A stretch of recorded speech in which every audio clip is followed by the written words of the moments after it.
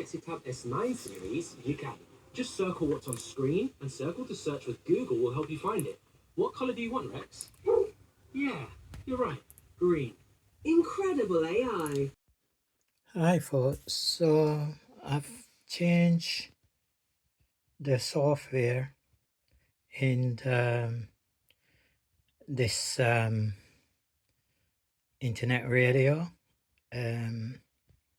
So originally I was running MoPD, so I'm now running PiCore player, which to me seems to be a better fit for this type of system because you can see the stations on the touchscreen as well as you could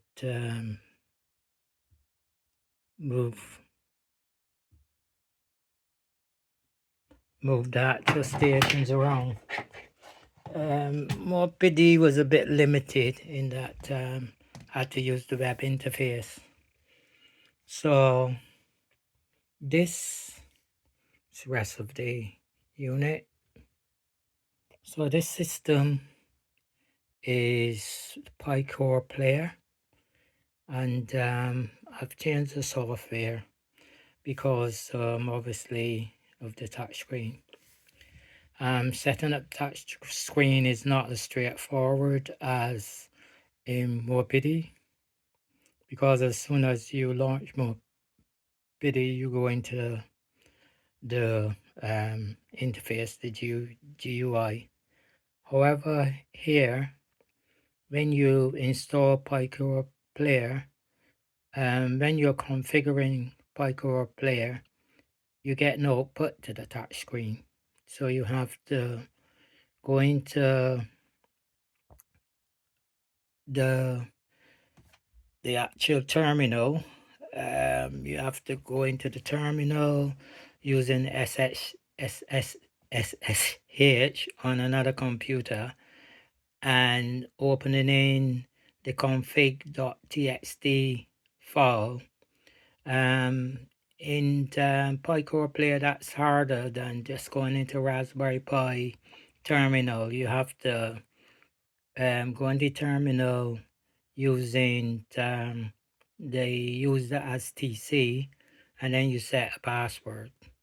Once you're into the terminal, you then have to mount the first partition, which is mount block MMBLCK01 rather than MMC block 002, which is the default.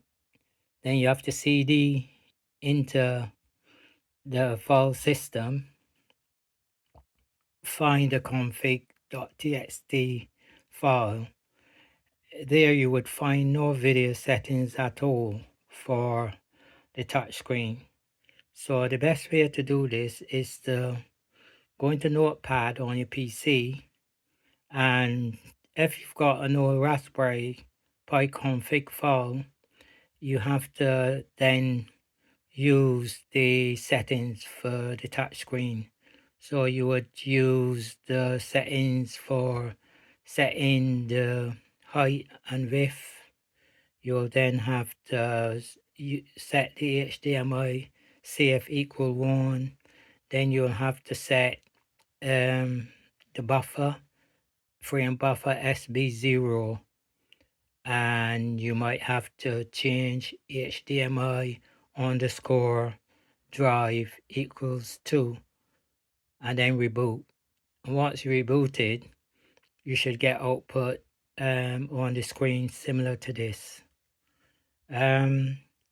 So to change the PiCore player, you have to go to the PiCore player's website, download the latest version of PiCore player, and then you have to burn that image. You could use etcher, or you could use Raspberry Pi imager to burn the image to a USB stick or to an SD card. You then boot the system either from USB or from the SD card, and you'll then have a copy of PiCore Player. For PiCore Player, you then have to go into the configuration and set your headphones as the audio, or if you're using a USB dongle or DAC, you have to specify which DAC it is, if it's iBerry or Q Audio DACs or Alobos DACs. You have to set that in the config, and then you have to then set up additional software like Nano, so you can edit files. You have to I2C tools you have to download. You have to expand the file system, and quite a few other things you have to do. Then you have to start Squeeze Lite to get that running. Once that's running, you then go into Tweaks, and then in Tweaks you will go into Tweaks and you will then check that Jive Lite is installed. You then have to click Install Jive Lite, which allows the touchscreen to work and to render what you see on the touchscreen, the icons, etc. Once that's all done, you have to then install LMS, which used to be Logitech Music System, but Logitech Music System no longer really updates as open source on the internet. So there's a new version of LMS that you could download. It's been renamed. So once you load that, you have to configure that. Then you have to go into and find your stations. And then once you've got a list of stations, you then click all stations and find your local radio stations or internet stations by location. And then you can load these into LMS on your computer. And that's basically that's how you set up PiCore Player. There's additional settings like Samba Share if you're using a NAS or PC. Also, you could install a USB drive, but you have to go into the settings again and identify what the USB drive is, SD, A, or SDB, whatever it is on the system. And then you could then copy files to that USB drive, and then you'll have the album, sort of the icons for the album on here, and then you could touch and find whatever album it is and the artist, and you could press play and get that playing. So yeah, so that's how the system operates. So yeah, so that's the system off at the minute. The touch screen's on because the Pi is on. So this is the remote. So I'm going to turn on the system. So I'm into the auxiliary. The Pi is connected to the auxiliary, and the power for the Pi runs through a converter on the attached to the system board to drop down the Pi to 5 volts. It's running about 5.1 volts, 1 amp. So you need about 5.1 volts, 1 amp to run the Pi via step down converter from 12 volts to 5 volts. And you need 12 volts to run the amplifier in the system. So the amplifier is running on 12 volts and the Pi is running on 5 volts via a step-down converter. The outputs for speakers, the power switch, it's all still controlled by the system board. So apart from the CD-ROM, which is no longer available, instead there's a Raspberry Pi installed.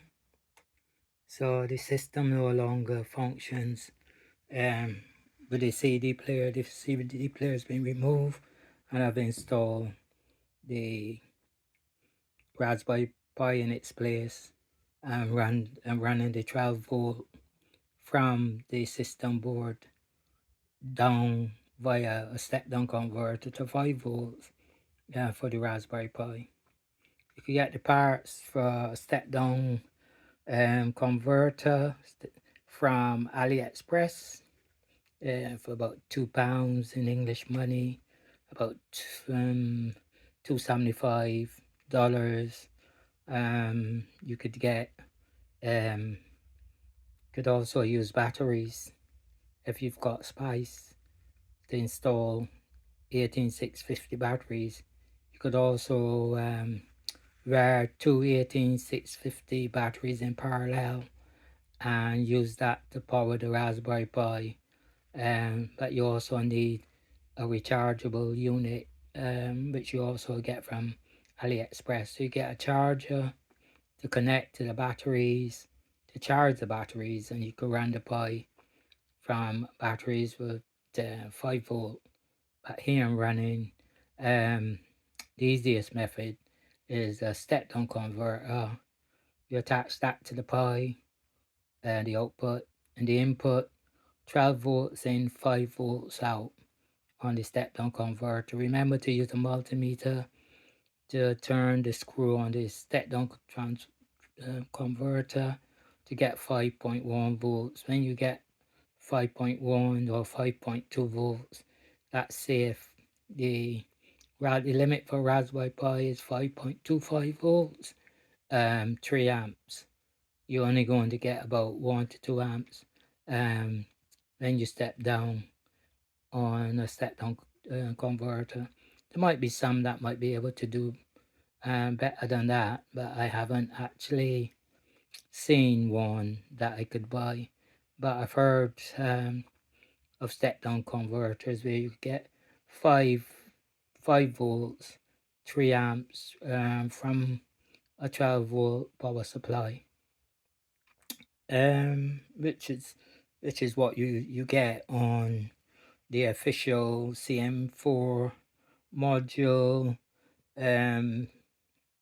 carrier board.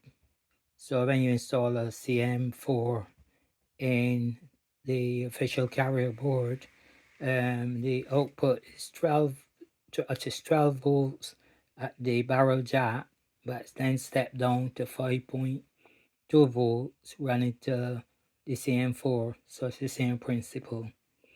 If there's any questions about this bill, let me know and I'll fill you in. In the meantime, be very careful because this system runs at 240 volts AC, which is in England we use AC power. So this is 240 volts AC running to a transformer. There's no DC current. So you're stepping down AC current connected to a step down converter to get your 5.1 volts DC. So the step down converter is stepping down the voltage from AC to DC. So you've got to be very careful whilst you're doing this, that everything is isolated. You're using a multimeter to check your voltages. You're making sure you're grounded properly and that you're being very safe, because otherwise you could electrocute yourself because you're not working with DC power, which is your standard wall wart jack. You're using AC power straight from the mains directly into this system. So that's where the danger comes in, because the voltage is coming in these types of systems in these states. It's 110 volts from the wall. In the UK, you're looking at 240 volts coming from the wall. This will kill you, so be very careful out there, folks. So if you want to do this project, it's very simple. You find a micro system like this. This is a Philips, and you got the system out, you take the CD-ROM out, you take the cassette player out, you disengage all the connections from those two units, strip everything out, rewire the radio to the system, connect the Raspberry Pi via an aux cable to the board. You look for you check your multimeter to find the inputs for the aux cable. So there's one cable with three little wires. It's red, blue, and white. Red is right speaker, left is the left speaker, the middle is ground, which is blue. You connect them to where the aux cable would be, and then you run the other end, plug into the Pi audio port or into USB jack if you're running a small USB sound card. So yeah, so that's it. Unfortunately, I can't play you any music because I will get a strike from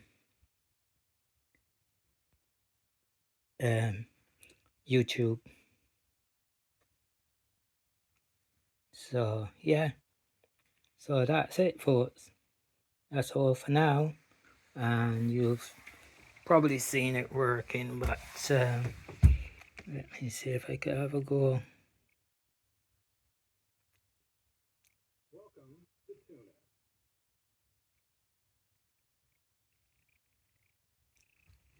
So there you go. So the system is stopped at the minute. If I press play,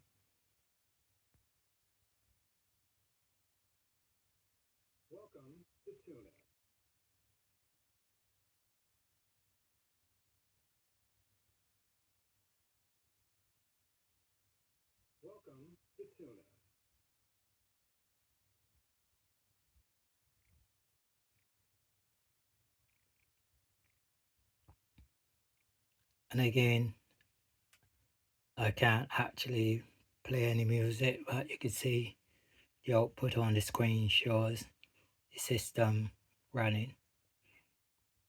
And that's all. So for next time, thank you very much, and I'll see you soon.